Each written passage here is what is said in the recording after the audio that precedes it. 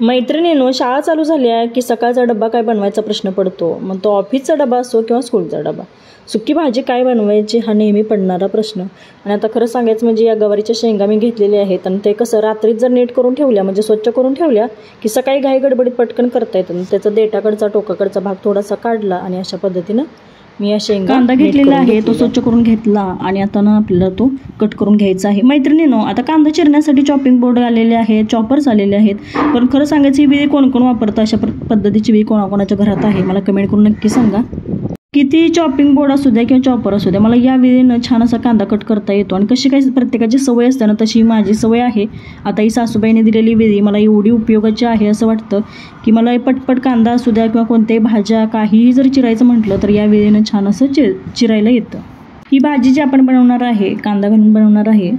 कधी कधी जर बनवायचं म्हटलं तर लसूणही वापरते, कधी कांदा वापरून बनवते. आज जी भाजी तुमच्याबरोबर शेअर करत आहे ती कांदा घालून बनवणार आहे.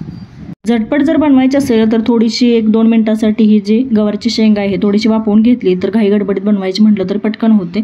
परंतु आज आपण आता तेवढी शिजवून घेऊन नंतर फोडणी नाही करणार, डायरेक्ट आपण फोडणी करून घ्यायची. 5 मिनटामध्ये अगदी झटपट होते. तसं गवारची शेंग शिजण्यासाठी तसा वेळही कमी लागतो. कांदा हलकासा ब्राऊन झाला म्हणजे कांदा छान असा मऊ झालेला आहे. आता त्यामध्ये अर्धा चमचा हळद घातली. त्यानंतर आपल्याला कांदा लसूण मसाला घालायचा आहे. हा जो कांदा लसूण मसाला आहे आमच्याकडे वर्षभरासाठी बनवून ठेवला जातो. प्रत्येक भाजीमध्ये हा कांदा लसूण मसाला मी वापरतो. आता झणझणीत भाजी बनवायची होती म्हणून 2 चमचे कांदा लसूण मसाला यामध्ये घातलेला आहे. कोणतीही सुकी भाजी असू दे किंवा रस्सा भाजी असू दे, हा कांदा लसूण मसाला आमच्याकडे वापरतात. मग वर्षभरासाठी साठवून ठेवला जातो आणि तो 1-2 वर्ष टिकतोही. परंतु 1 वर्षभरासाठी बनवून ठेवला तर नेहमी हा सकाळी संध्याकाळी भाजीसाठी वापरता येतो. थोडंसं परतून घेतलं. आता स्वच्छ धुतलेली जी गवारची शेंगा आहे आपण नीट करून स्वच्छ धुवून घेतलेली आहे ती इथे आता सुरुवातीला परतून घ्यायची आहे. गवारी शेंग भाजून घेतली नव्हती त्यामुळे थोडीशी परतून घ्यायची म्हणजे थोडीशी इथे या फोडणीमध्ये छान अशी भाजली जाईल. थोडंसं परतून घेतलं. नंतर त्यामध्ये चवीनुसार मीठ घालायचं आहे आणि मीठ घातल्यानंतर आणखी थोड्या वेळासाठी परतून घ्यायचं आणि गरजेनुसार पाणी घालायचं आहे. त्यामध्ये पाणी जास्त घालायचं नाही कारण सुकी भाजी जर बनवायची आहे तर अर्धा ग्लास पाणी पुरेसं आहे. पाणी घातल्यानंतर छान अशी उकळी येऊ द्यायची आणि झाकण ठेवून ही भाजी छान अशी मंद आचेवरती शिजू द्यायची. अधूनमधून 1 ते 2 वेळा चेक करायचं आहे. पाणी जर कमी वाटलं तर थोडंसं पाणी शिंपडायचं, नसेल तर थोडीशी कोरडी होईपर्यंत छान अशी परतून घ्यायची आणि साधारणतः 3 ते 4 मिनटामध्ये ही भाजी छान अशी शिजते. आणि ही शेंग जी आहे ती शिजत आली की भाजलेल्या शेंगदाण्याची भरड यामध्ये घालायची. म्हणजे प्रत्येक भाजीमध्ये शेंगदाण्याचं कूड जसं आम्ही घालतो तसं यामध्ये भाजलेल्या शेंगदाण्याची भरड घातली आणि त्यामुळे ही भाजी सुकी छान चवीला लागते. ही शेंगदाण्याच्या कुटातली जर आपण भाजी बनवली तर जास्तीचे कोणतेही मसाले घालायची गरज लागत नाही.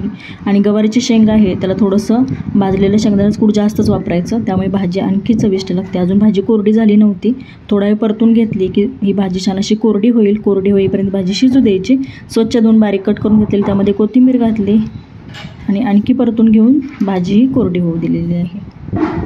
चपाती भाकरी भाताबरोबर खायची असेल तर अशी ही भाजी तुम्ही खाऊ शकता. परत आता टिफिनमध्ये द्यायची तर आपण शक्यतो थोड्याशा कोरड्या सुक्या भाज्या बनवतो म्हणून हे पाणी कमी होईपर्यंत थोडीशी आणखी शिजू द्यायची. गवारीची शेंग तर मी बनवलेली आहे. गवारीची सुकी भाजी ही रेसिपी कशी वाटली मला कमेंट करून नक्की सांगा. तुमची गवारीची शेंग बनवण्याची पद्धत कशी आहे तेही मला कमेंट करून सांगा. चॅनलवरती नवीन असाल तर सबस्क्राईब नक्की करा.